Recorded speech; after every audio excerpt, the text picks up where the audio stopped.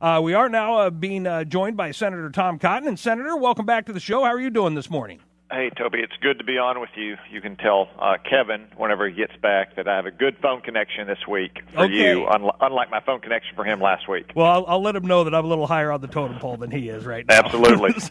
So, Senator, one of the things that Arkansans are thinking about this week is that unemployment stimulus is coming to an end. Where do you think we are economically in the recovery, and what should the government's next steps be for the country as far as stimulus? Well, certainly a lot better than where we were in late March when we passed the major legislation that increased unemployment payments and also provided direct checks to so many Arkansas families. But we're not through this pandemic by any means. We've seen case numbers pretty steadily go up. Fortunately, deaths and hospitalizations are not going up at an equal rate. I think that reflects that younger people now are making up the bulk of the cases, that we're identifying many cases earlier, and that our great doctors and hospitals have developed more effective treatment regimens as we've learned more about the virus over these last 4 months. I believe over the next 3 weeks, the Congress should pass legislation that will continue to provide support to those who need it most, to include those who are unemployed. Now, the $600 a month nationwide increase that we passed back in March was an emergency measure designed to get cash quickly into the hands of the millions of Americans who lost their job. I think we should take a more tailored, regional or even state-specific approach, which is the way the unemployment system typically works, to ensure that people who still can't go back to work, especially in the most affected industries, things like sports and entertainment, restaurants, hotels, airlines, and so forth, can put food on the table and can put a roof over their kids' heads at night. But what we don't want to do is discourage people from working who can be working. Right. The unemployment system has never been designed for complete wage replacement. So I suspect we'll extend at some level the enhanced unemployment payments, not at the single nationwide rate of $600 a week, but at some level to ensure that those people who need the help most will be getting the help. Likewise, I expect we'll provide a lot more flexibility on some of the money that hasn't been spent yet from the legislation we passed back in March. Right.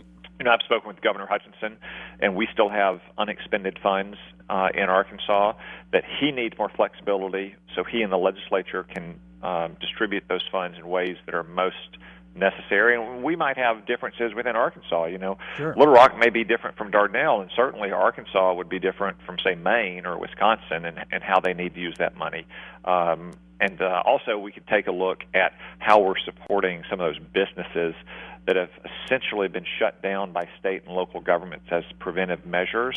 Again, many businesses are back up and running at something close to normal, but a handful of industries, because of their nature, such as bars or concert halls or movie theaters, who provide thousands of jobs to hardworking Arkansans, probably need to get some more help as well. So those are the things that we'll be focusing on in the next 3 weeks as we all deal with the continuing economic fallout from this plague that China unleashed on the world. We're talking with Senator Tom Cotton. And Senator, how did you feel about Governor Hutchinson putting a mask ordinance in place for Arkansas? Did you feel that it was necessary for our state? I think that any time you can't keep your distance, especially when indoors, the prudent thing to do is to wear a mask. That's my policy. If I try to keep my distance from folks. If I can't, I wear a mask whenever I'm out and about. I think the governor took a prudent step in asking all Arkansans to wear it. I think he also took a prudent step, though, in saying that we're not going to detain or arrest anyone for violating this ordinance. I've seen on social media, as a lot of folks have seen, some pretty disturbing and disappointing videos of Americans not acting in a kindly and neighborly way towards each other. Right. I wouldn't want to see that happen in our state. I wouldn't want to put our law enforcement professionals across the state in the position of actually having to arrest someone who forgot a mask or forgot to put one on. So I think the governor took an appropriate kind of interim step to ensure that law enforcement was not put in a difficult position, but to encourage all Arkansans to wear a mask, to look out for all of our fellow citizens. We're visiting with Senator Tom Cotton this morning, and Representative John Lewis passed away the other day, and you were tweeting about how he helped you and French Hill write legislation for the Central High School National Historic Site. What was that process like, and how did Representative Lewis help you guys out? Well, first, just let me say that John Lewis exhibited incredible courage and bravery as a young man when he stood up against racist, segregationist leaders in the American South in the 60s, facing physical violence and imprisonment of his own.